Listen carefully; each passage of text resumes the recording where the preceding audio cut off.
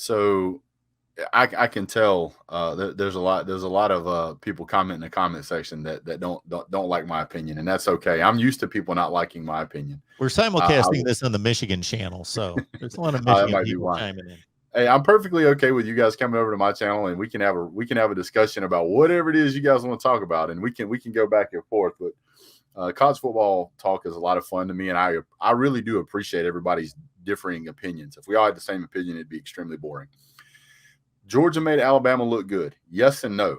Bama helped itself tremendously, and Georgia did a great job of helping them do it. The pick six for a touchdown hurt us. Absolutely, that would hurt any team. Georgia also had a pass for a touchdown to Brock Bowers that got knocked away or dropped. That most of the time we make that pass. That would have made it a little bit closer. And you're right, Bennett did miss that. Interception in the red zone killed a drive for us. That's true too. When you say the defense had 7 busts, at least 7, and they were bad. They were extremely bad. They were so bad that people were messaging me during the game asking if we were throwing the game for some reason. You can't play like that against anybody. I go back a few years ago, and I look at whenever Georgia played South Carolina, and we lost. I think we turned the ball over 4 times. And this was a South Carolina team. We should have been able to just hand the ball off every single down and win that game. But, sometimes you lose games you should win, and sometimes you win games you should lose. So here's my question, because we started off this conversation talking about talent. And again, some people don't believe as much in the recruiting rankings, but all you have to do is go through wins and losses and go through the final AP rankings in any season. And yes, there are aberrations. Wisconsin outplays and outperforms and outdevelops its talent. Texas underachieves. Yes, there are aberrations, but it's very, very accurate among the masses. There's no question about that. Well, we know that Michigan beat an Ohio State team that was just about as talented as Georgia, and Michigan closed that gap and won the game. So what would you say either to that, or if Ohio State was in this game? If Ohio State beat Michigan as they were expected to by, let's say, a touchdown to 10 points, and then this was Ohio State playing Georgia instead with the talent rankings of what they are, what would you say there? I would say that I think Ohio State did pretty much the identical thing Georgia did, which was think that they were going to win this game no problem. The scores were even similar. I mean, it was 42-27 and 41-24. Ohio State had opportunities to win this game. I thought there were several times that C.J. Stroud looked good in this game, but unfortunately, they couldn't seem to get it together. They made crucial mistakes. I think the biggest problem here, just my opinion, I think that Ohio State struggled way more with stopping the run than what they thought they were going to. They really thought they were going to be able to stop the rush. But Michigan ran for almost 300 yards. And anytime you have a team who's running for 300 yards, that's really, really bad, especially whenever you can't run and you only end up at about 2 yards a carry. To me, there was the passing aspect was certainly there. He threw for almost 400 yards, but it was Michigan being able to stop the run that really stifled Ohio State, in my opinion. Now, why do I think Ohio State lost this game to Michigan? I think Michigan outcoached them. I think it was a talent issue, and I think as far as not a talent issue, I don't think it was a talent issue. I think it was they just got outcoached. I think Ohio State kind of started to struggle, and from that point, it was just too much to catch up for them.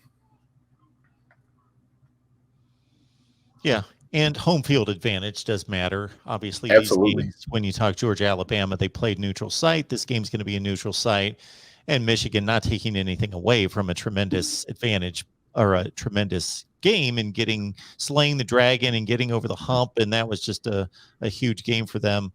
But they did have a huge home field advantage. I will, for the Michigan fans that are out there, it's probably your first time ever watching me. I try to be as analytical as possible, but I try to give you guys information that you may not necessarily have. A lot of teams travel well. Their fan base travels well.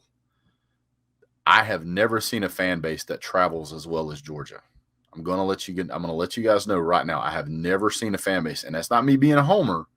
That's me watching college football and looking in the stands whenever Georgia went to play Notre Dame, and almost 80% of that stadium was Georgia fans.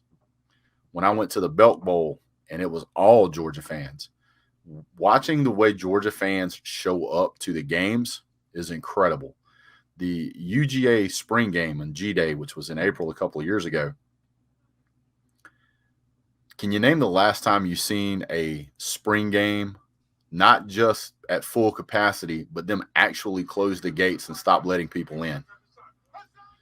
It's incredible to see how well these fans travel. So I would not be surprised if Georgia has a home field advantage to a point in Miami. It's closer for Georgia fans. A lot of Georgia fans already in Florida, and Georgia fans travel extremely well anyway. I have lots of friends that had already bought tickets to both, or airline tickets to both venues, until we find out which one, and then they sold the other ones. So I wouldn't be surprised, guys. Barney Young Jr.'s got your back there, Brett. Georgia's defense had one bad quarter all year, and now folks are saying we aren't good anymore. LOL. Don't doubt the defense.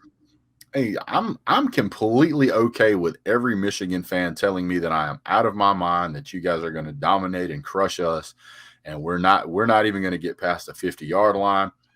Those are all things I love to hear. I absolutely love to hear that stuff, and that's the way I want people to show up to the game. I think it's going to be a good game.